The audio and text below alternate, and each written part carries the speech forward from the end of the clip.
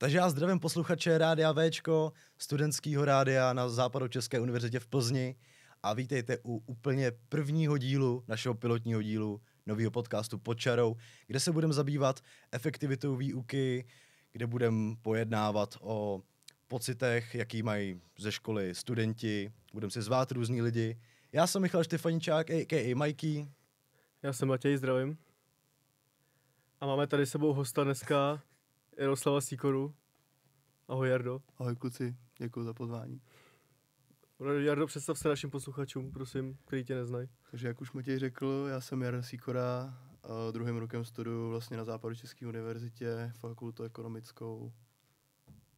Hrajeme hokej spolu. Hrajeme hokej za akademiky. A jak se máš dneska? Mám se dobře, jsem trošku nervózní, když vidím takhle vás dva před sebou s mikrofonama, ale v pohodě. Jo, nejsi zvyklý, jo, na takovýhle interviews. Bohužel, nejsem. Jo. Ale ty bys měl, mediální hvězda akademiků. To už bejvalo. Jako prestižní hokejista. Taky si bejval. No takhle, hoši, o čem se budeme teďka zabývat? Měli jsme vlastně, nebo máme připravenou takovou přednášku o efektivitě výuky a budeme se zabývat dneska jedním bodem, což je vlastně obtížnost výuky novodobých studentů, vlastně nás. Jako, o čem se třeba budeme bavit, v technologickém pokroku, o sociálních sítích a tak dále. Třeba, co vy jako vnímáte jako jeden z největších jako fópa potíží, proč je vlastně těžký dneska být kantor? Tak já si myslím, že je dneska hlavně těžký zaujmout toho studenta nějakým způsobem, protože jsme v době, kde nás informace furt zahlcujou, ať už v sociálních sítích nebo na billboardech. Je to hodně, je to všude, je to rychlý všechno, že jo? Co Jardo, jak se na to koukáš ty, na tohle problém? No, já souhlasím s tebou určitě. Tak víme sami, že sedíš na přednášce, která má 2,5 hodiny, za 15 minut ti na telefonu přijde oznámení z Instagramu a hodinu a půl už nedáváš bacha a je ti to úplně jedno, že? Co ti tam říká. Přesně. Je to jenom jedna zpráva, která tě potom pošle do toho doom scrollingu, že jo? Chceš jenom odepsat mámě, že jo, dobrý, všechno v pohodě a najednou wow. Maminka ti pošle fotku z tvýho psa, co se děje a ty hodinu na to budeš čumět místo. No. Všichni víme, jaký to je sjet do Reelsů na Instagramu. Jo, je to problém, je to problém, který přišel podle mě hrozně rychle a nenaučili jsme se s tím ještě úplně pracovat. A jaký teda máte názor, kluci, na to používat při hodině nějakým způsobem? Telefon nebo moderní techniku nějakou? Nebo ne? Nebo a proč? To moderní techniku, ono s tím, jak je tady nějaký technologický pokrok, tak vlastně té technice se nevyhneme. To si asi můžeme rovnou říct, že mít nějaký takový ideál, že budeme prostě bez techniky, protože učitelé nechtějí vidět, že seš na mobilu a tak, to je taková jako pěkná představa, ale asi úplně nesplnitelná, že jo. Ale zase záleží, je tady hrozně moc faktorů. Třeba jak jsme se bavili už o tom mobilu, že jo, jak tam zapadneš na ten doom scrolling, tak určitě je to skvělý prostředek, jak fungovat v té třídě nebo v té výuce vůbec.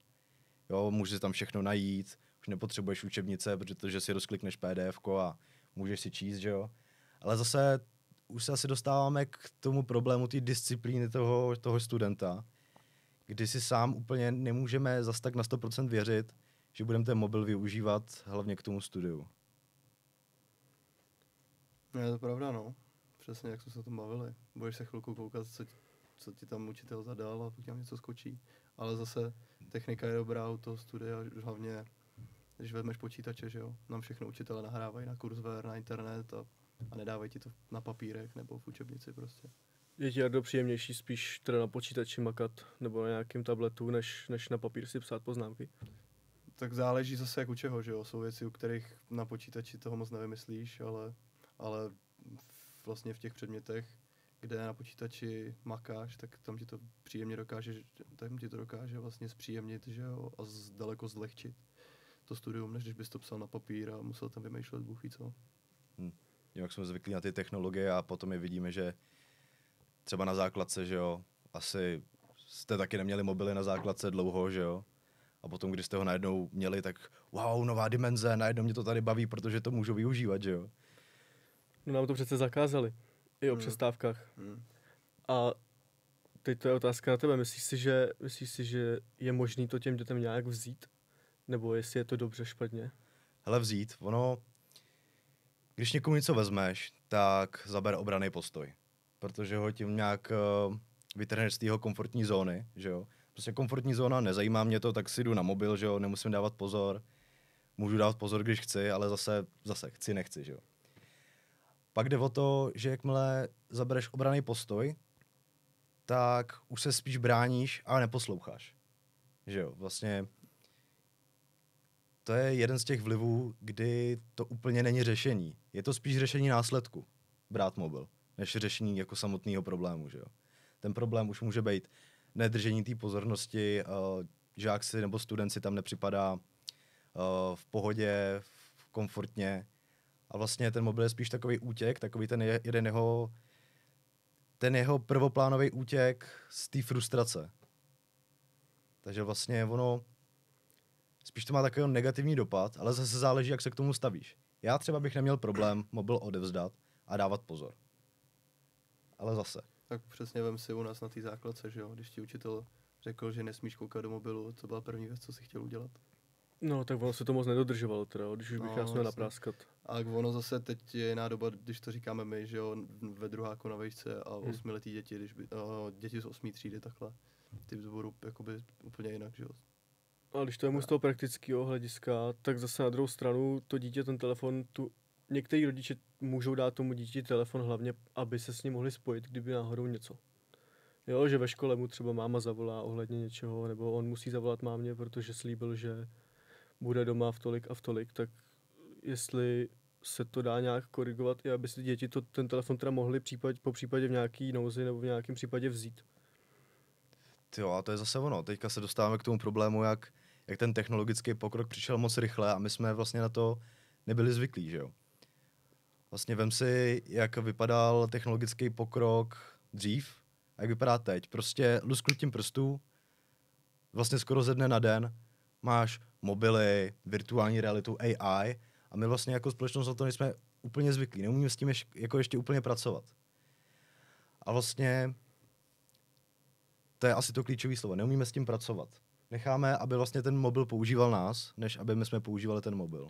Protože je tam hrozně moc faktorů, že jo, který ti přesně z toho mobilu ti vylejzá x věcí, které kdyby na tebe neskákaly nic, tak třeba ten telefon používáš správně a jsi schopný dávat pozor, ale většinově nebo vždycky ti tam že jo, něco skočí a 100krát radši, než abych si četl na telefonu nějakou knížku, tak si podívám na Instagram. Že?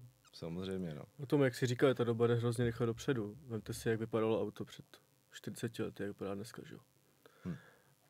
Ale tady se dostáváme k tomu, proč teda jako ta škola má furt takový ten svůj stejný styl už jako nějakou dobu, kde vlastně máš tu frontální výuku, ty lavice jsou způsobený tak, aby si viděl jenom na učitele, který stojí vlastně před tebou. A je to všechno takový stejný. Možná to máme víc barevný, než to měli před 30 lety, ale to je možná tak jako všechno, co se v té škole změnilo za tu dobu. Ale hlavně, že máme interaktivní tabuly. Jo. To je jediný, co vždycky škola na čeho investuje. A dokud máš prezentace a umíš je číst, tak je to důležitý. Je to dobrý. No. Tyjo, ten vývoj těch tříd mi přijde taky takový jako zanedbaný, protože každá generace má svoje. Každá generace vyžaduje něco nového a vyrůstá v jiných podmínkách, že jo? A teďka, jak jsme zvyklí na, že všechno je hned, všechno je rychle a všeho je hodně a nemáme úplně čas být sami se sebou, že jo? To taky. Kdy jste vlastně měli třeba naposledy čas sám na sebe, na svoje vlastní myšlenky? Aby vás něco nevyrušovalo, abyste třeba neskrolovali, nehráli nějaký hry nebo něco. To dneska už skoro nemáš. Dobrá otázka, no. To dneska skoro nemáš. Tam jako ten dobře využitý čas sám ze sebou je dneska úplně pasé. No. Co ty, Jardo, umíš být sám ze sebou bez telefonu a myslíš si, že trávíš dostatečně čas sám ze sebou v klidu? No. To je otázka. Moc si to nemyslím, no. Že my v té krabici máme schovaných tolik lidí, kteří nás můžou kontaktovat jakýmkoliv způsobem, že vlastně nikdy nejsi sám úplně. No. Přesně, když bys si měl vybrat přesně tohle, jestli budeš hodinu sám v klidu jenom prostě přemýšlet nad svýma myšlenkama, nebo budeš hodinu se dívat na YouTube na nějaký video, tak co si vybereš? No jasně. Přesně. To většina lidí si určitě bere jako formu B. Věřím, že jsou tady i takový, kteří si berou to Ačko, ale těch si myslím, že je menšina. Tyjo, třeba ale taky takový jako jev, být sám a být o samotě, že jo? To je taky vlastně sami nejsme fakt jako nikdy. Protože vlastně v kapse mám všechny lidi, co znám, se kterými se bavím a stačí, aby to jenom zabrnělo a už zase nemám čas na sebe a potom se dostáváme k tomu, že v dnešní době lidi hodně přemýšlejí, jako ten overthinking, víte, ne? Jako všichni víme, co je overthinking. A je to vlastně jako, jsem koukal na video, kde psycholog mluvil o tom, nějaký psycholog, teďka si úplně nedokážu vzpomenout na jméno, ale určitě bych to mohl dohledat ještě do příště třeba. Třeba na mobilu? Třeba na mobilu, to můžu. Jo, ne asi. Jo, počkej, o čem jsme se bavili, že? Jo, a pak tady po půl hodině scrollování Instagramu se nás zeptá, o čem jsme se bavili. No, ale bych se k tomu vrátil, tak on vlastně overthinking definoval jako vedlejší produkt nedostatku času sám se svýma myšlenkama. Že vlastně mozek potřebuje zpracovávat ty informace sám a potřebuje se je nějak dávat do nějakých těch boxů, že jo, do nějakých těch schránek, aby si potom prostě měl nějak ty informace, mohl se s kým dostat a tak. Jsou s tím úzce spjatý i emoce, že jo, aby si mohl zvládat nějaké emoce svoje. A tím, jak jsme furt zaměstnaný něčím, tak nemáme čas na to uspůsobit si ty myšlenky právě podle sebe. A teďka, vemte si, když se podíváte na Instagram, kolik lidí mluví o overthinkingu. Kolik mýmů vidíte, který vlastně nejsou ani vtipný, nejsou to ani mýmy, že prostě furt overthinkinguju, furt jsem sebedestruktivní tady v tom smyslu. Prostě kolikrát za den třeba vidíte na Instagramu mím o tom, že všichni overthinkujou. A to nemusím na Instagramu, já vidím sám sebe občas, když jako overthinkuju, že jo. Ale když se vlastně podíváš z toho individuálního hlediska, jo, taky prostě všichni přemýšlíme moc, že jo. Ale když se podíváš potom z toho společenského hlediska, tak vlastně kolik lidí říká, jak moc přemýšlí špatně nad sebou. No vem si, kolikrát ty přes ten den přemýšlíš, když máš 6 hodin na Instagramu denně. Tak kolik z těch 6 hodin jako přemýšlíš? Schválně, hoši, máte mobil u sebe? Máme, no. Na stole. Tak schválně vytáhněte, podívejte se na svůj screen time teďka. Za dnešek. To bude špatný. Za dnešek. To bude hodně špatný. OK, čekal jsem to horší. Kde se to hledá? Zamykací obrazovka doleva. Kde to najdi? Vypni, zapni a jenom doleva. Tyjo, tak to nevím. Tak daj čísla. Já mám jabko chvíli, tyjo, tak nevím, jak to úplně to. Mám 2,5 hodiny za dnešek jenom. Já to tady furt nevidím. To je jedno. Co ty? Já mám 5 hodin. 5 hodin, tyjo. To si vím, že jsou 4 hodiny. Ale to máš puštěný písničky, že jo? A se do toho počítá jako Spotify třeba. Písničky jsou 4 a 3/4 hodiny. Jo. A tak taky si vím, že jo, tak jako nadměrný poslouchání písniček je taky vlastně jako únik v úvozovkách, jako ne úplně, že jo, ale zase... Nemusíš přemýšlet. Já mám dneska hodinu 40. Hodinu 40? Hodinu 40. Tak dobrý to. Tak Matez dneska vyhrál, ty jo. Ale teď mě napadlo, schválně, jak jsme se o tomhle bavili teď, tak vlastně mi došlo, že jediný, když fakt přemýšlím jakože úplně v klidu, nevím, jestli to máte taky, když vypnu telefon a jsem jako ready jít spát, tak mě ten mozek taky jede, přesně, ten celý den nic a ten spánek je pak hrozně nekvalitní. A já kolikrát prostě 2 hodiny nejsem schopný spát, protože furt přemýšlím na něčem. No, a to je ono. A taky to nenucený přemýšlení, to prostě samo tam tak jako běží a teď si furt, pak si začneš říkat, proč nespím. Teď ti to začíná pěkně štvát. Jo, a úplně máš to. No a vidíš, a to je zase ono, to je prostě ten důsledek toho problému. Nejsme schopní přemýšlet během dne, tak přemýšlíme 2 hodiny před spaním, potom se ani pořádně nevyspíme a ráno musíme zase do školy, která nás zase nebaví, protože to není tak poutavý jako hejbající se obrázky na TikToku nebo na Reelskách. A co uděláš první věc, když staneš? Otevřeš telefon, podíváš se, kolik je hodin a někdy se ti stane, že prostě zase uvízneš. Prostě hodinu, jsi zbuzený, ale hodinu projíždíš zase. Projedu si Snapchat, když se tam vlastně nic zajímavého nestalo. No jasně. Odložím snídaně o hodinu, protože prostě se dostanu samozřejmě na Instagram a další věci. Pak si pustím teda hudbu, dělám si snídani a pak se zase koukám na telefon. V tomhle si myslím, že doba bez tady toho byla jako lepší. V tomhle, ne jenom konkrétně v tomhle, že to bylo pro toho člověka jako zdravější. Já si myslím, že my to máme i lepší tím, že pro nás to jako začalo později. Že vem si Jo, náš věk já jako jsem jo. celou základní školu měl prostě tlačítkáč, jenom abych po škole No, mohl jasně. mámě, že mě má hodit na trénink. A To teď jo. si vím, že ty děcka to mají prostě od 3. třídy, že furt fakt čumí do mobilu. No a k tomu se dostáváme dál, no, jakože my jsme ještě, jaký máte rok narození? 2004. Já jsem 2-3, no. Já taky 2-3, no. Jste A starý, ne? prostě, Ale vůbec ne. dobrý, no, teďka nad tím budu zase přemýšlet před spaním, tyjo, že jsem starý. Hrozný, fakt díky, tyjo. Ne, ale že mi přijde, že my jsme takový přelom, takovýho toho, kdy to ještě jakž takž bylo v pohodě, ale furt jsme tím poznamenaný teď, než děcka, který jsou jako mladší teďka ještě. Já jsem si hodně co i poznamenalo vlastně takhle, tak byl covid. Covid Protože určitě. my jsme, že jo, na Teamsech školu, tak jako dobrý, připojil se tam, dal jsi to na stranu a celý den jsme prostě hráli na počítači. No, a pak o Protože- tobě kolovali legendy, že na ty hodině jsi dodnes. No. Co jsi měl dělat, Přesně. co jsi měl dělat jinýho, že jo? Ven z No, baráku jasně. si nemohl. Tyjo, ale já jsem třeba, já to zase takhle prásknu, já jsem třeba si to pustil na mobilu, hodil jsem si to pryč, šel jsem a našel jsem třeba na skate. Jsme chodili na trénink, když jsme Jo, nemohli, my jsme měli plán individuální od trenéra, každý. Běhání, takže si ráno vstál a musel si jít běhat a poslat mu to přes jednu aplikaci.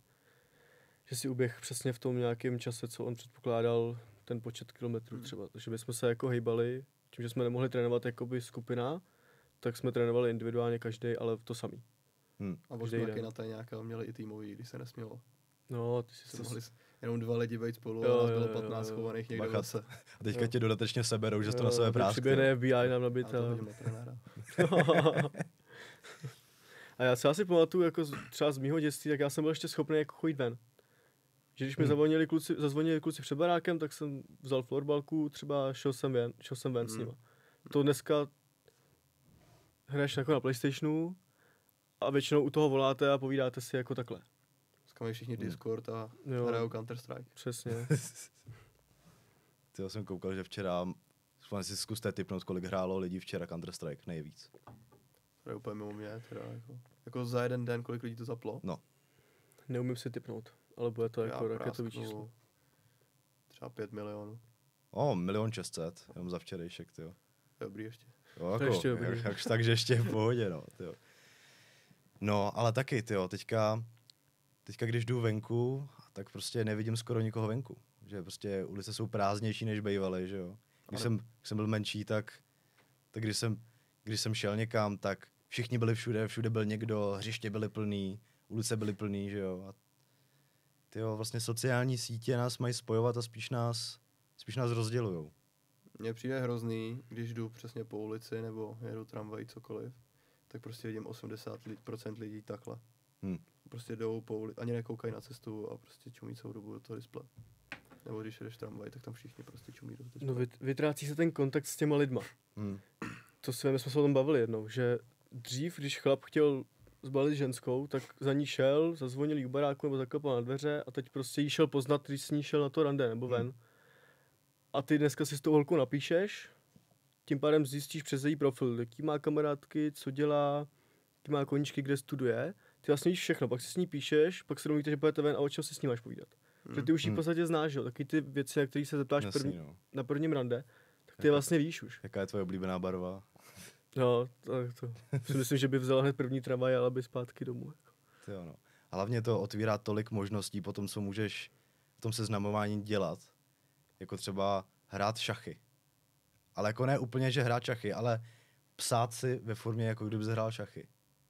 To třeba Jo, jako... tu zprávu si můžeš rozmyslet. Vždycky. Přesně, Budeš přesně. nahrávat. To si můžeš vždycky rozmyslet. Někdo ti něco napíše, a to je vlastně jen holka, napíše ti někdo něco a ty můžeš půl hodiny vymýšlet, co napíšeš. Pak to smažeš, dokud to nevidí. Pak to smážeš A a... přemýšlíš znova hodinu. Jo, Nebo ignorovat, že jo, schválně a tak. Tyjo. jo. To taky umí hodně, no. Nebo potom třeba fenomén double texting. Že Jo. prostě existuje termín pro to, že někomu napíšeš prostě 2 zprávy za sebou. A je to tak stigmatizovaný, že se to jako nemá dělat. Fakt jo. Jo. No jasný, jo. Jsem nikdy neslyšel. Ne? Jo. Tak double texting je, že si s někým píšeš a vždycky to je ta dynamika, že napíše jednu zprávu, Borka ti napíše druhou zprávu, ty napíšeš jednu a prostě když napíšeš 2, tak se na to kouká jako přes prsty, jako kdybys byl, teďka mi vypadlo to slovo, desperate. Prostě se to děje, no. A jako nelíbí se mi to, že prostě, že to má jméno vůbec. že to je takhle stigmatizovaný. Hmm. Že ta lidská interakce teďka jako přešla úplně něco úplně jiného, co by vůbec neměla být, podle mě. Nebo neměla být. Ale je to vývoj, děje se to, tak asi to mělo být, ale nevím, asi s tím úplně nejsem v souladu nějak. Tak je tam hranice toho, jako to používat a zneužívat. Že? Hmm. Jo, když tu moderní techniku umíš využívat nějakým způsobem k plnění nějakých svých plánů nebo něčeho a ulehčit ti to práci, třeba ve škole, tak je to ještě dobrý, ale pokud to furt jako opakovaně zneužíváš, tak je to taky jako nezdravý. To určitě, no. No a teďka, když se jako podíváme třeba na ty sociální sítě vlivem k té škole, že jo, tak teďka, jak už jsem říkal, máš tam kvanta obrázků, jo? Kolik třeba reelsek vidíš denně, nebo za hodinu? Kolik reels vidíš za hodinu třeba? Ty jo, vůbec nevím, tak to zase záleží, že jo, když je večer, je 8 večer, tak jedeš, že jo, ale pak když jsi ve škole, tak třeba se ve škole snažím jako nekoukat tolik. A nebo jinak pamatuješ si poslední reelsko, který jsi viděl? No. Jaký bylo to poslední, který jsi viděl? Tak to asi nevím. Možná a tady je hezky vidět, jak pro ten mozek je to zbytečný, ale jenom ho to baví prostě. Přesně. To je takový ten instantní dopamin, že jo. Prostě podívám se na to, vlastně to jak droga. Prostě přijdu, mám to hned, mám to štěstí hned z toho a ten mozek se potom učí na to, že máš všechno hned, nemusíš se pro to snažit. A vlastně, jak jsi sám říkal teďka, jako já si taky nepamatuju poslední rozko, co jsem viděl, ty jo? Ne, vůbec.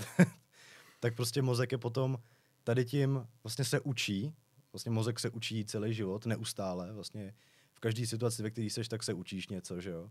I teď se učíme, vlastně nějaký mikroučení teďka probíhá.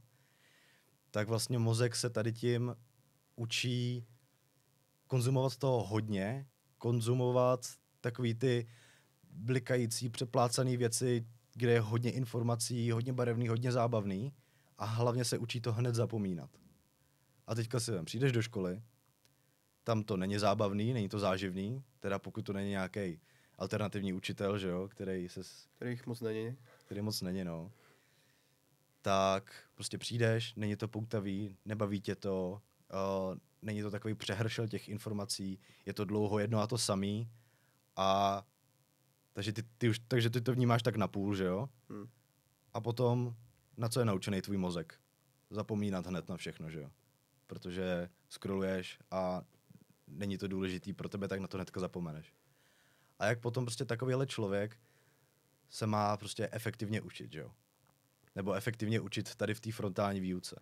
Myslím, že ty prostě přes den plejtváš dopaminem a pak když vlastně vypneš ten telefon a jdeš do školy, tak ty se nejsi schopný soustředit už jenom proto, že ten dopamin ti extrémně klesne třeba.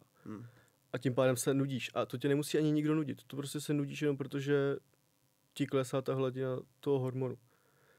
A co uděláš ve škole, když se nudíš? Máš si ten telefon zpátky do ruky. Že? Přesně. Teďka si vem třeba, taky jsem se koukal, spíš jsem vypozoroval na sociálních sítích, jak hodně se plejtvá se slovem ADHD. Jo, že fakt vidím nesčetně mímů, jak lidi říkají, já mám hrozný ADHD, protože dělají jako takový jako malinký věci, co dělají i lidi, co mají ADHD, ale diagnostikujou se kvůli třeba, nevím, může to být pozornost, že jo, nějaká důležitost, každý hrozně moc rád mluví o sobě, že jo, každý chce být důležitý. To je jeden z největších, jako nejsilnějších hybných vlivů jako lidský psychiky, důležitost, že jo. Když ti dám pocit, že jsi pro mě hodně důležitý, tak pro mě uděláš první, poslední, že jo.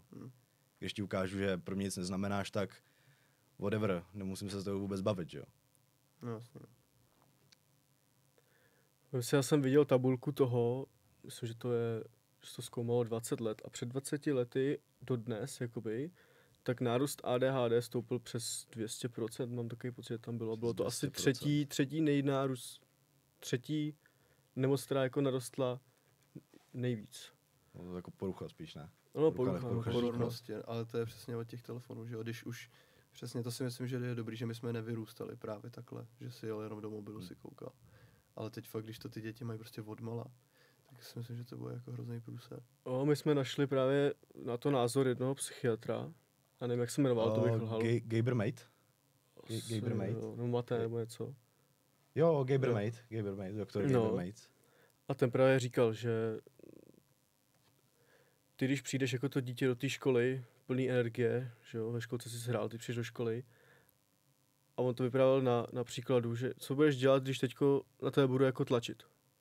Budu tě jako slovně napadat třeba, nebo budu na tebe jako hnusnej a ty nebudeš moc jako odejít. Co budeš dělat? No, sesypeš se z toho. Budeš nervózní, no. No. A budeš si všímat všeho okolo, abys mě nemusel poslouchat. A tohleto, on říkal, takhle to se to dělá v těch školách, že ty vlastně zavřeš to dítě, protože při takovémhle útoku ty máš možnost buď odejít, nebo útočit. Ale ten útok vlastně potom znamená, že útok potom přijde zase z druhé strany. A tobě, když se berou tu možnost toho útěku, tak ty budeš hledat spoustu různých podnětů, jak se zabavit jinak. Tak to je zase o té osobnosti toho učitele, veď. No tak že samozřejmě. U těch malých dětí prostě musíš mít, že jo, takový ty hodný paní učitelky, který jo, zakopl si, jak tě zvedne. Tak já třeba vzpomínám dobře na moji pančoku z základky na prvním stupni. Ty? Na kterou? Na nějakou z prvního stupně pančoku, nebo pana učitele. Vzpomínáš na ně dobře. jsme měli výbornýho třídního učitele, no, to byl hrozně skvělý pán. Co ty Majky? Tyjo, na základce jsme měli jednoho fakt skvělého učitele, to byl jeden rok náš třídní. A byl to fakt neskutečný frajer. Měl jsem ho na češtinu, sice mě nic moc nenaučil, ale to jsem si nebral nějak osobně. Spíš jsem koukal na to, jak je zábavnej, poutavej, hledal jsem každýho slovo, jako možná by to mohl být lepší pedagog, že jo? Ale jako člověk mi fakt set a myslím, že to byl takový prvopočátek, proč jsem se rozhodl vůbec pro tu pajdu. Že chci být jako on, od něj mě to fakt baví. Mám to srovnání tady toho učitele a spoustu dalších učitelek, který mě prostě nebaví, nezajímají, nejradši bych tam nechodil, ale na jeho hodiny jsem se vždycky těšil a vždycky jsem se těšil, co vymyslí, co řekne za ptákovinu a fakt jako bavilo mě to. Zase ono pro ty učitele to taky musí být těžký. Jo, to samozřejmě. Že dostaneš třídu úplně nových lidí, dětí a musíš si nějak tu pozornost získat, že jo? Přesně. No, když jsi mluvil u toho, proč šel na pajdu, tak proč ty, Jardo, jsi šel na sportovní gimpl? Proč jsem šel na sportovní gimpl? No tak protože jsem žil sportovec odmala a tak nějak jsem tušil, že pak budu chtít jít někam na vysokou školu. Přišlo mi to taková ideální kombinace, že nás budou trošku pouštět jako na tréninky, že na nás na sportovce budou volnější, což se teda moc nedělo, ale... No tak u některých. To jak u kterých, nevyšlo, no. A některý vzpomínám nerad. No. No, Nebudu jmenovat. a víme. Ti, co ví? Ti, co ví, se přihlásí. Nevíme. No, ale vlastně jako, jak jsi říkal, je to těžký si získat tu pozornost a tu autoritu, nebo vybudovat si tu autoritu u těch žáků, nebo studentů, to záleží, že jo. Ale vlastně ono to všechno vychází to z toho přístupu, o tom, že vlastně učitelství není to povolání, že jo, jenom, ale to je vlastnost. Vlastně ty tam jdeš do toho z různých důvodů, ale myslím si, že takový ten důvod, kdy ti úplně nehrozí vyhoření a nehrozí ti to takový, že by ti to prostě nějak přestalo bavit, je to, že ty prostě chceš, jako ta motivace nejsou peníze, ale fakt to předávání těch vědomostí, zkušeností a teda. Ale tak to máš každý práci, že jo, všude musíš chtít, aby to mělo nějaký smysl. No přesně, samozřejmě, no. Přesně, když přijdeš do školy a máš tam učitele, na kterým vidíš, že jako fakt není rád, že tam je, nebo prostě ti to přijde, tak ani ty sám jako ten student prostě tam nechceš být, že jo. No to zase záleží, no. Někdo měl zápal, někdo to v něm zabil, že jo, ten zápal. A zase z čeho to vychází, to už o tom můžeme jenom pojednávat, z čeho to vychází. Já myslím, že to je potom na podcast o učitelích, který určitě teda přijde. Jo, určitě. Další díl bude o osobnosti učitele, dneska se bavíme o osobnosti studentů v současnosti. Ale zase, měli jsme to říct na začátku, ale řekneme to teď, všechno, co tady říkáme, je jenom jako o pokecu, o našich zkušenostech, nezobecňujeme nějaké věci, neříkáme, že to, co je tady řečeno, je pravidlo, je to pojednání, jenom se bavíme, takže kdyby to náhodou... náš pohled na věc. Je to tak, náš pohled na věc. Je to náš pohled na věc, přesně tak. Co, kluci, myslíte si, že jste zodpovědný? Já si myslím, že jo. Já si taky myslím, že jo, ale zároveň vůbec. Já třeba tak, extra ne. Ty ne, no. Já si nepřijdu jako zodpovědný člověk, teda moc. Záleží, jako...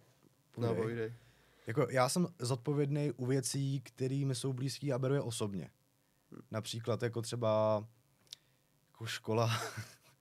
Třeba jako tenhle podcast. Třeba tady ten podcast. No tady do toho jsem dal hodně energie, jako beru to hodně vážně a tady snažím se být hodně zodpovědný, protože mám v tom nějakou vizi a vidím v tom ten smysl. Přesně kvůli tomu to je, že jsi zodpovědný. To je přesně to, jako, ten smysl. Tak když to bereš takhle, tak jsem taky tak napůl. Ale taky to známe, jaký to, že máš spoustu času na všechno, ne? Takový to, když... Příští semestr se fakt budu učit Jo, průběžně. příští semestr se budu učit, máš spoustu času, hele, udělám to zítra a pak to udělám příští týden. Pak je zkouškový A pak měsíc mýho života. pak máš za jeden den zkoušku a pak to všechno doháníme. A zbytečně si uvalujeme do toho stresu, místo toho, kdybychom to udělali jako dřív, tak máme po problémech, jako... Proklínáš se, jaký seš blbec. No. A stejně to z další semestru uděláš stejně. To zkouškový bylo hrozný, vím přesně, co jsem udělal špatně, teďka už to udělám líp, teď se budu průběžně učit, budu si psát, budu tam chodit. Tady bych koukal sám na sebe, tady to. No teďka To si je se vemte, vidím. Všichni. že to je zase otázka disciplíny a nějaký tý sebedůvěry. Ona sebedůvěra není jenom o tom, že věřím si, že to dám, ale sebedůvěra je o tom, jak moc sám sobě jako věřím, jak sobě důvěřuju. O tom, že řeknu si, že to udělám a fakt to udělám. Hodně se stává, že podvědomě si přestáváme věřit a potom se to už jenom kupí. Že třeba udělám to zítra. Přijde zítra a co se řekne vždycky ten den. Udělám to zítra. Přesně to jsou ty podněty, které tě vyrušují. No. No, samozřejmě. Přesně, já mám 3 hodiny času, naplánuju si krásně, že si udělám nějaký projekt do školy, pak přijde můj spolubydlící, zeptá se mě, jestli nepojem hrát PlayStationa a škola jde bokem. Víš, Matěj? Jo, a až tvýho spolubydlícího potkám, tak já mu to řeknu. No, ale ještě abych se vrátil k té sebedůvěře, čím víc říkáš, že to udělám zítra a neuděláš to, tím míň si potom sám důvěřuješ a tím míň máš potom tu disciplínu a schopnost konat. Což si myslím, že taky hodně lidí si úplně neuvědomuje. Že vlastně sebedůvěra není o tom, jenom, že si věřím, že něco dokážu, ale i o tom, že jestli si skutečně věřím, že něco udělám. Třeba příklad. Chtěl jsem držet Ramadán. To víte, ne? Ne, to si neříkám. Ne? To se nepochlubil.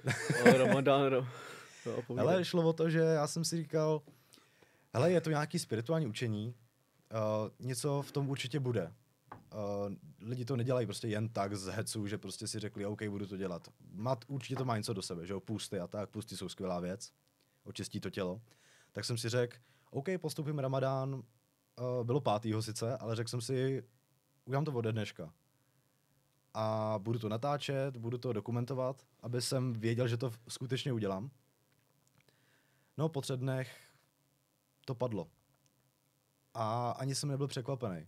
Protože jsem si říkal, jo, to prostě, to jsem já, prostě to dělám, no. Něco si slíbím a nedodržím to. Což vlastně je věc, kterou chci změnit, ale zase tohleto měnit sám, když seš nedisciplinovaný člověk, je fakt těžký. Ono se záleží, jestli ty věříš tomu, co si slibuješ. Právě. Že kdybys věřil fakt na 100% tomu, že to chceš podstoupit, nebo že to chceš podstoupit, že to uděláš, že to doděláš do konce, to bys to dodělal.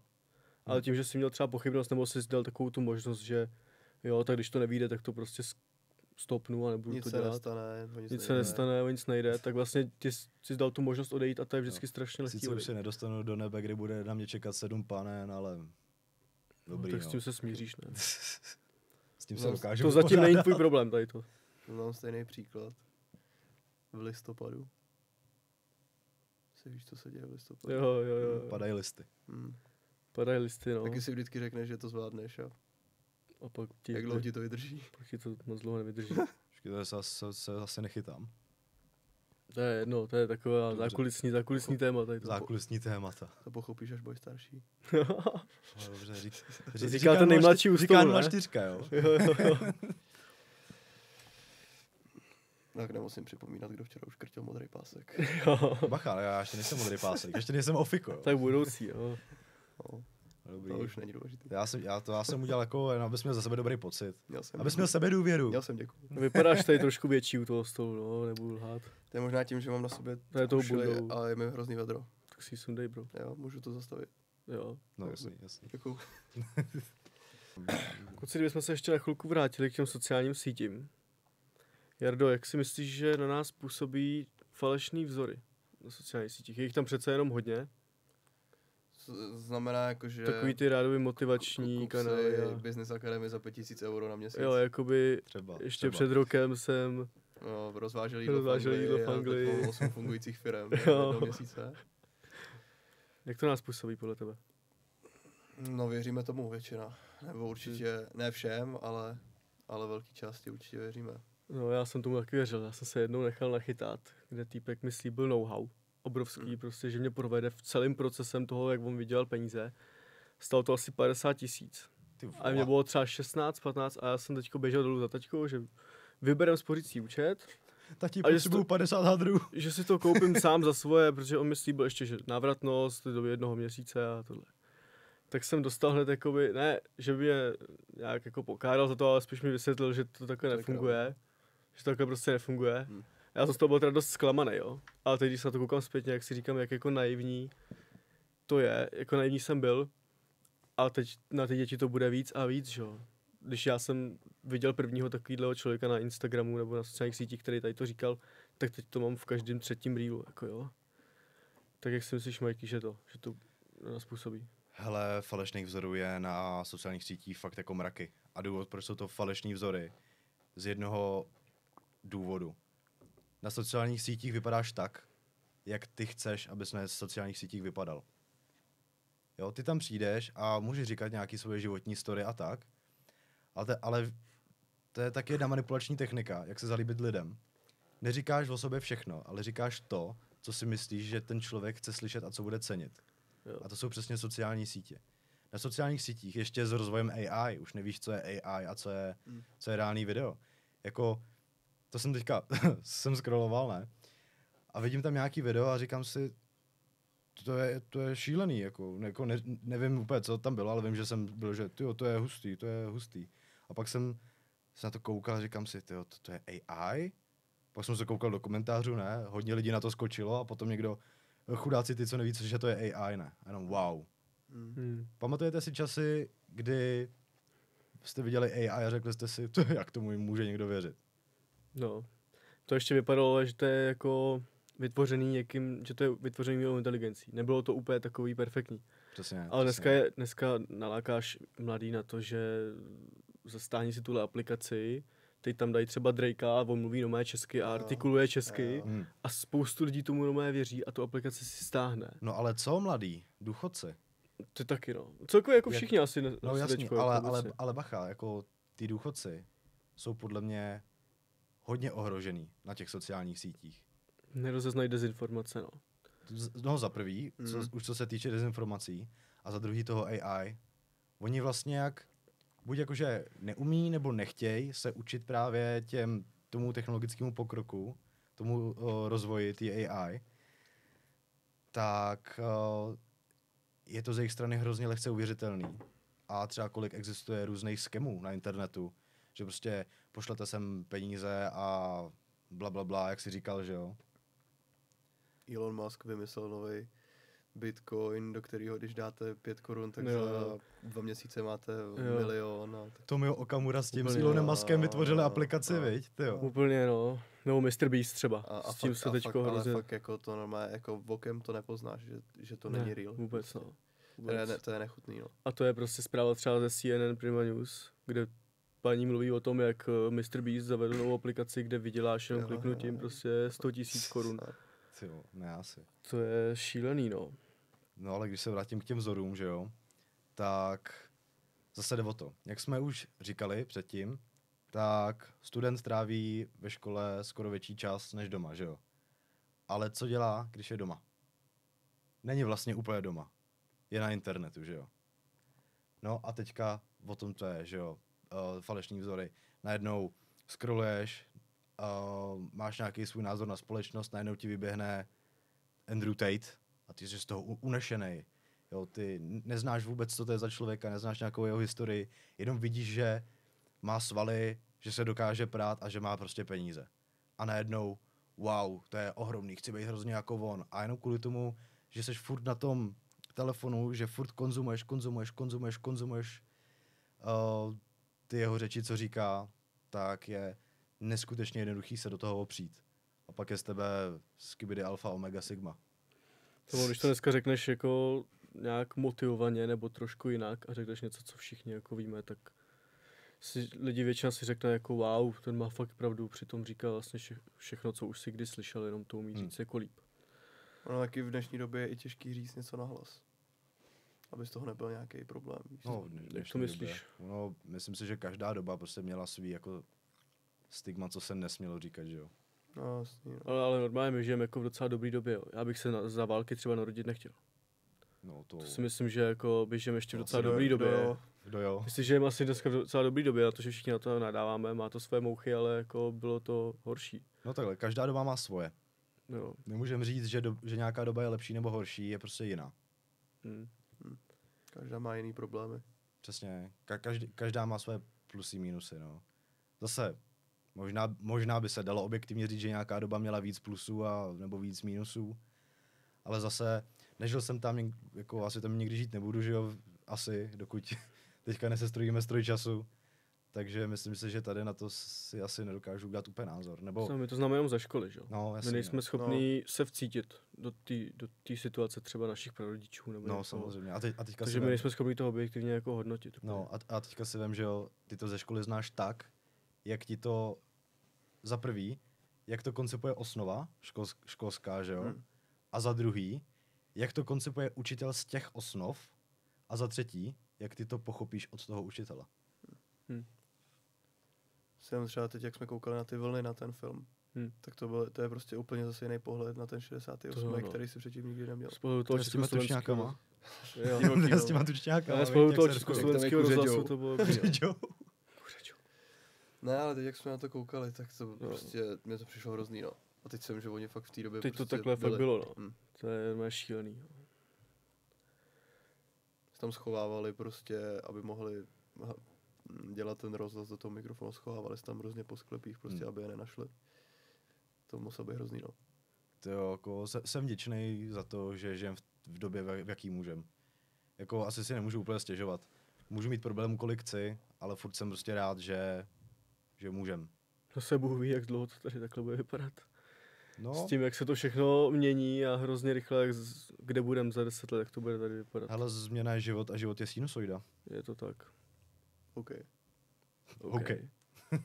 Kluci, mám na vás ještě jednu otázku. Umíte převzít odpovědnost za svoje nějaké chyby, nebo umíte říct, že jo, pokazil jsem to, nebo svádíte vinu na ostatní? Jak kdy, jak u čeho. Já se snažím vždycky to brát na sebe. Tak, jo, Vždycky se snažím. ale určitě se stane někdy moment, kdy to hodím na někoho jiného. Ale známe ve škole Samozřejmě. takový to, hele mami, ten test byl moc těžký, nebo tam bylo něco, co jsme si neříkali. Tak to není výmluva, to tak prostě je. To je prostě fakt. Vždycky ti do testu dá něco, co Prostě neexistuje. Prej, umím přebrat odpovědnost. Jo. A tu 5 fakt dostala celá třída. Přesně, úplně. Ale máme i šprťák dostal za 5. Jo, a mě nezajímá, co to. Když Co měli ostatní. Když skočíš z okna, skočíš taky. Jo.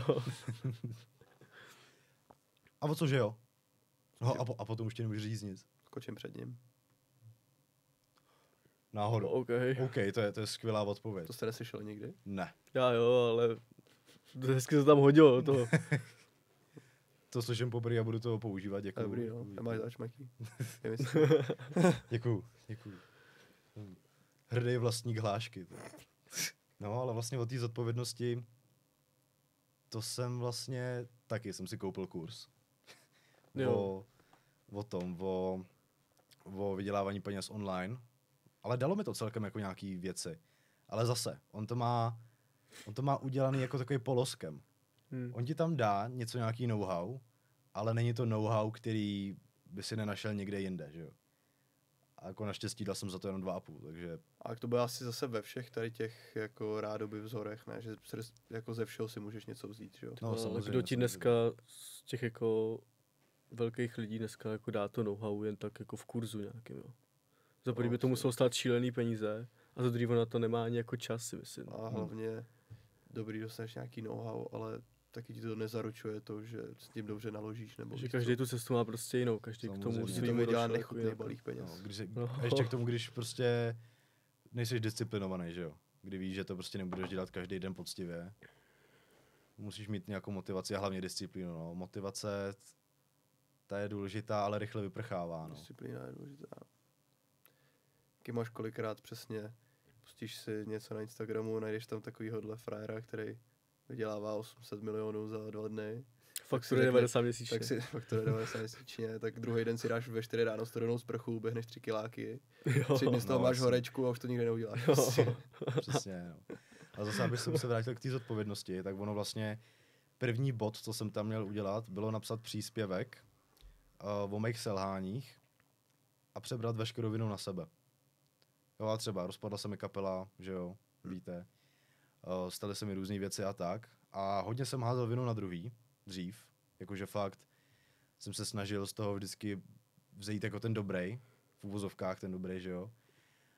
A vlastně mě ani neštve, že jsem za to tu 2 dal, protože teďka, když se koukám na nějaké svoje selhání, tak vím, že to není úplně selhání, protože kdybych jsem ti řekl, že musíš 5krát selhat, aby se ti to povedlo, tak jak rychle bys chtěl selhat? To jsem někde slyšel tohle. No, co nejdřív, že jo? V rádiu, viď? No, co nejdřív, že jo? Samozřejmě, no, co nejdřív, no. Takže to byla jedna takováhle věc. A potom druhá, že veškerý selhání jde vždycky za tebou, že za to nikdy nemůže ten druhý. Že za vlastní selhání můžeš vždycky jenom ty. To záleží, jak ty s tím naložíš. Přesně. Poučit se z toho, nebo kopat kolem sebe dál, že jo. A jak je jednoduchý dneska jako na někoho něco svíc, že jo. A ještě k tomu jako na učitele ve škole třeba. Hlavně je to osvobozující. Je to hrozně osvobozující. Úplně tu tíhu jako sundáš ze sebe. Hodíš ji na někoho jiného a máš klid. Přesně. Máš nějakou vlastní frustraci, hodíš to na někoho jiného. Wow, už to není můj problém. On za to vlastně může, já za to nemůžu. Jo, to jo, no. Ale napadá vás vůbec dneska nějaký jako pozitiva k dnešní generaci nebo k lidem našeho věku nebo mladších? Jako v jaký oblasti? Že se tady bavíme jenom o těch špatných věcech v podstatě, tak jestli vás napadá i něco jako pozitivního, v čem jsme třeba dobrý dneska. Přijde mi, že jsou lidi víc kreativní. Myslíš, jo? Že i díky těm sítím a tohle, že se snaží zase na druhou stranu jako vytvářet různé věci, co dřív jako tolik nebylo. Přijde mi, že jsou kreativnější prostě lidi. Možná to je i tím, že celkově máš větší volnost jako v tom světě. Víš, a máš jako ty prostředky k tomu se jako projevit. Máš spoustu aplikací, které ti k tomu i pomůžou. Jo. A máš jako zase jinou zkušenost než člověk, který to musel dávat jenom na papír třeba, jo. On je těžký tady mluvit jako o pozitivách v těch možnostech. Určitě si myslím, že tolik možností, kolik máme, vlastně vymyslíš si něco, že chceš něco udělat a není jediný důvod, proč bys to nemohl udělat. Proč by to nebylo reálný. Třeba chci podcast. Boom. Je tady ta možnost. Najednou prostě tady sedíme a kecáme. A to by mě jakože nenapadlo dřív někdy, že by to bylo možné, že jo. Jsem si nikdy neuvědomoval, kolik možností vlastně v tom světě dneska máme. Ale zase na druhou stranu si nemyslím úplně, že to je pozitivum. Furt vlastně jako yin a yang. V každém dobru je trochu zla, v každém zlu je trochu dobrá, i když si myslím, že zlo a dobro neexistuje úplně. Tak. To je ta filozofie, no. To je ta filozofie, no. Ale mimo mě. To je těžké. Tak vlastně máme tolik možností, že už nevíme, co s tím. A že je na nás toho moc. Že vlastně můžeme všechno a tím, jak můžeme všechno, tak se v tom ztrácíš a už nevíš, co se sebou. A dostaneš se do existenční krize třeba. Že jako nejsme schopni, neumíme tolik využívat ty možnosti té dnešní doby, no. A mně je pravda přesně, že tím, že těch možností máš tolik, tak je hrozně jednoduchý jednu prostě zkusit. Přesně a na poprvé se ti tam stane něco, co kdybych já tady prostě koktal 90 minut, tak už nepřijdu nikdy a můžu dělat něco jiného. To je tím, že máš těch možností hrozně moc. Předtím, když jsi měl třeba jednu možnost, tak by se ti stalo to stejný, ale prostě šel bys do toho znova, dokud bys to jako dřív, když jsi něco pokazil, tak třeba jsi neměl úplně možnost jako to opustit a jít dál. No, musel si možná v tom zůstat a jakoby makat na tom, aby si to zlepšil, no. Jo, to je pravda, no. To je dobrý point. Máš i třeba ve sportu, že jo. Teď prostě něco se ti nepovede, tak to zahodíš všechno. Budeš na jiný kroužek. Půjdeš dělat něco jiného a dřív to nebylo taky tak jednoduchý, že jo. Ale zase, jako to mi taky přijde jako pozitivum, jako že můžeš zahodit cokoliv. Že vlastně můžeš zkoušet. Yin a yang. Musíš vědět, proč jsi s tím začal, asi si myslím. Že když jsi do toho šel s nějakým jako úmyslem, s nějakým cílem, tak si myslím, že je zbytečný to jen tak po prvních pár jako selháních jako jen tak odstranit. Že je asi dobrý u tohohle si říct, když chceš něco opustit, jestli to má cenu s ohledem na to, proč jsi s tím začínal. A to se zase dostáváme k té disciplíně, že jo? A ono to je celý se propletený, jo. Schválně třeba kolikrát si přemýšlel, že skončí z oken. Mám hodněkrát. Po každém nějakém tréninku, kdy jsme běhali neskutečný dardy, to jsem měl úplně krizi. A proč jsi neskončil furt? No tak věřil jsem, že by to mohlo být. Ono to vždycky bylo takový přesně sinusoida, že jednou se mi jako dařilo, bylo to dobrý, pak to bylo horší, tak to jsem byl jako na pokraji, pak se to zase zlepšilo. Já jsem vždycky věřil tomu, že se to zlepší. Třeba. Jsi na mě, já furt na to nadávám. A furt to hraju. Ale furt seš jako perspektivní back akademiku Plzeň. A furt to hraju a furt nadávám. Jo. A ono nadávat na to budeme asi vždycky, nebo každý si najde ve svém něco, na co může nadávat. Že nic, No, právě určitě, není, nic není právě na 100% určitě. jako dobrý nebo špatný. Že? Co taky, když tě někdo už krtil, jak si přemýšlel, že skončíš? Tak on to odklepal, on skončil, že jo? Já už to nedělám, že jo, po včerejšku, po včerejšku už to nechci dělat. Rozstříhal Ne, ten ale pásek. kolikrát si přemýšlel, že s tím sekneš, s tím MMA? S MMA, tak já MMA dělám fakt jako Nebo chvíli. S jiu-jitsu. celkově s bojovýma sportama? Hele, vlastně nikdy. Vlastně asi nikdy, no. Protože mě to tak přirostlo k srdci a fakt ve mně spala taková vášeň k těm bojovým sportům, že vlastně i když se mi nedaří. Jo, možná jsem úplně neměl situace, kdy jsem chtěl skončit, ale když jsem si chtěl dát fakt jako dlouhou přestávku. Jakože šel jsem třeba na trénink, že jo, a cápci, který prostě jsem vždycky utáhl, tak najednou oni utáhli mě. A já si říkám, co je, už nejsem dobrý, nebo co? Já na to končím, peču to, už jako nepřijdu, ale vždycky to bylo třeba jen tak na 10 minut jenom. A pak... A jsi začínal v kolika? Já jsem začal, Jo. třeba v 19, v 18, no. Možná v 19 spíš. To je taky dobrý, že vlastně, my jak jsme začínali, že když nám bylo 5, tak prostě ty si jako malej nevybereš sport, že jo, na který A já si myslím, tam že nám ten hokej v tady tom jako dal, v té disciplíně celkově, že my jsme byli zvyklí chodit na ty tréninky fakt každý den. A když se ti nechtělo, to nebyla jako, ty si nemohl nejít. Ty si buď si musel být nemocný nebo zraněný třeba, ale nemohl si jako nejít. Takže když se ti nechtělo, tak si stejně na ten zimák šel i někdy jako 2krát denně. Jsi zvyklý prostě pracovat pod stresem jsi zvyklý, no. A bát se toho, kdo je nad tebou. A tak v tohle smyslu ten hokej nám dal hodně, no. No, to jo. Jako vyloženě bát se toho, kdo je nad jo, sebou. Vyloženě jsme se báli několikrát. Prostě a myslíte třeba. si, že to je správně? Určitě ne, ale já jsem zažil, že jsem se bál a pak vlastně další sezonu se to jako rapidně zlepšilo. Takže otázka, no, jestli na nás třeba nebyl zvyklý, ale určitě není dobře, vy jste vlastně jeden tým, že jo? Byste měli být jeden tým a jako, i když je to trenér a hráči, tak furt jste spolu. Měli byste nějaký symbioza, že asi je špatně, aby se tě někdo bál. Stejně jako ve škole, veď? Stejně, že by se neměl bát prostě učitele, jako. No zase, jako za mě to je samozřejmě jako špatně, bát se, ale zase prostě pro mě ti to zase i něco dá. Tu určitě, yin yang, zase se k tomu dostáváme, no. Jsi třeba odolnější. No, potom. Ale jako je to hrozný, no, když jdeš na zimák, když hraješ zápas a po první třetině vedeš 3-1 a bojíš se, co ti řekne trenér v kabině. To je prostě hrozný, no. Je to tak. Ale zase na druhou stranu roste ti ta frustrační tolerance, že jo? Ono vlastně, dítě má tu frustrační toleranci hodně nízko a vlastně buduješ během života, že jo? Zase, když třeba máma ti něco nekoupila v obchodě, že jo, tak si udělal scénu. Musel si prostě tu scénu udělat, aby ti ta frustrační tolerance nějak vyrostla, aby se dostala třeba tam, kde je teď, že jo? Teďka, kdyby mi máma něco nekoupila, tak ok, pohoda. Což si myslím, že vlastně jako takový to se v úvozovkách někoho bát, nějaký takovýhle autority je furt dobrý, krátkodobě, ale určitě ne dlouhodobě. Myslím si, že mít strach z autority je dobrý třeba v nějakém tom mladším věku za účelem vybudování té frustrační tolerance. Protože lidi, kteří nejsou vystavovaní nějakému stresu, samozřejmě ne jako obrovskému stresu, aby si neměl, že jo, posttraumatickou poruchu potom, že jo, tak furt si myslím, že to je prospěšný. Protože lidi, kteří tomu nejsou vystavovaní, tak co je to za lidi dneska, že jo? Přesně, no. Žijou si v pohodě celou dobu, no. Podívej dneska, jak to vypadá, no. Narcisti, arrogantní lidi, že jo? Těm prostě řekneš jednu věc, co se jim nelíbí, ty udělají scénu a udělají ti zle. To je pravda. Nebo to začnou štěkat třeba. Nebo začnou štěkat. Sednou si v 8 na silnici, abys nemohl projet autem. No. A to je pravda, no. Přesně, když máš lidi, kteří nebyli nikdy zvyklí na to, že jim někdo odporuje, nebo že nebude po jejich, tak jak se na to mají zvyknout v 25? Přesně, no. A vlastně potom ono v 25 už je těžký se učit novým věcem. Protože vlastně lidský tělo se vyvíjí do 25. Jo, to po mně nemůžeš číst tady to. Jo, myslím, že do 21 nebo do 25, že jo? Proto je v Americe legální alkohol od 21, že jo? Protože tělo se vyvíjí do 21 nebo do 25 let.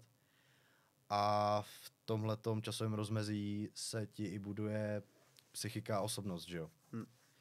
Jako samozřejmě více ti buduje v dětství. Ale furt se ti do nějakého určitého věku buduje. Takže vlastně, jo, ve 25 je těžší se učit novým věcem. Jako není to úplně není to nereálný, ale je to těžší. Už to není o tom, že by si třeba sám nechtěl, ale o tom, že už seš nějak zvyklý na něco a už to tělo i ta psychika s tím pracuje, jako s tím, že to seš prostě ty. Tam je velký faktor, jak moc ty chceš, no. Právě. Přesně, když tě někdo bude chtít něco naučit a ty jako se ti do toho úplně nechce, v životě se to nenaučíš. Přesně, no, jak tomu věříš třeba, nebo jak chceš to změnit třeba. Jasný, no. A teďka si vem třeba, jak jsme mluvili o té dlouhodobí a krátkodobí, o tom krátkodobém dlouhodobém budování té frustrační tolerance, tak myslím si, že samozřejmě, už jsem říkal, že si myslím, že to je dobrý.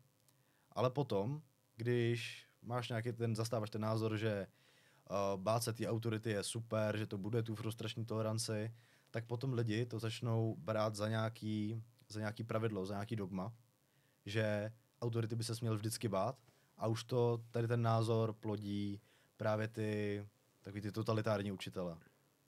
Což si myslím, že je taky takový problém. To si myslím, že bylo dřív, když vlastně učitel byl něco jakoby obrovského, co se týče jako celkově třeba České republiky, že prostě školství byl velký úřad. Dneska jak to klesá, tak už si myslím, že není úplně dobrý ty učitele takhle mít. Že učitel byl jako někdo dřív. Že moc nedovolil jako vystoupit proti učitelovi, že? A teď je nikdo. Ne, to ne. Jenom teď můžeš jako si říct jako svůj názor. Dřív si prostě nemohl se ani vyjádřit k něčemu. Tak samozřejmě režim a tak, že jo? Jo, všechno se jako změnilo. A myslím si, že ten úplně autoritativní přístup toho učitele není už úplně dobře. No. Tak on nikdy nebyl dobře, že jo? On vlastně ani jak autoritativní, ani liberální není úplně dobře. Jako, abych ještě definoval, co to znamená, že jo? Jednoduše autoritativní přístup k učení je ten, co budí strach, že jo? Vede pevnou rukou, prostě diktátor. A liberální se označuje v pedagogice jako ten, který je prostě ten kamarádský, spíš je to kámoš, se kterým prostě si pokecáš, třeba mu tykáš, že jo? Kecáte o životě během hodiny třeba, pouští vám filmy místo učení, nic tě nenaučí. A potom je důležitýhle ten středobod, no, v tom nějak. A se záleží. Teďka, jestli je lepší být spíš autoritativní, nebo jestli je lepší být spíš liberální. Je to spektrum, že jo? Se záleží jak na koho, že jo? Právě. A někoho musíš být takový ten od rány, ale někoho musíš být. To ale potom nabereš, že jo, zkušenost má. Přesně. A hlavně zkušenosti, no. Vychází to prostě z toho, jestli ten učitel chce poznat ty studenty, se kterými pracuje. Když nechce, má nějak jako zajetej nějaký ten svůj režim, který aplikuje všude, tak to už je těžší. Ale zase na druhou stranu nemůžeme být na ně úplně naštvaný za to, protože oni už nic jiného neznají. Oni neznají ten nový přístup. A zase učit se v pozdějších letech už je obtížnější. Přesně tohle téma kluci budou probírat v příštím díle Osobnost učitele. A přesně proto je důležité dneska o tom mluvit. Kluci. Přesně, a hlavně proto přesně je důležité se na ten další díl podívat. Budeme tady mít i spoustu hostů, snad doufáme, že se nám je podaří nějak zlanařit. Tak určitě máte se na co těšit. Takže my děkujeme za poslech dnešního dílu podcastu. Jardo, my děkujeme, že jsi přišel. Děkuji za pozvání, kluci. Děkujeme Rádiu Véčko za azyl, děkujeme Sutnarce taky za azyl, že nám mohla dát tady tu možnost. Jsme fakt vděční, děkujeme a těšte se určitě na další díl. Bude Mějte toho se víc krásně. A skládejte básně. Rádio Véčko, Západočeská univerzita.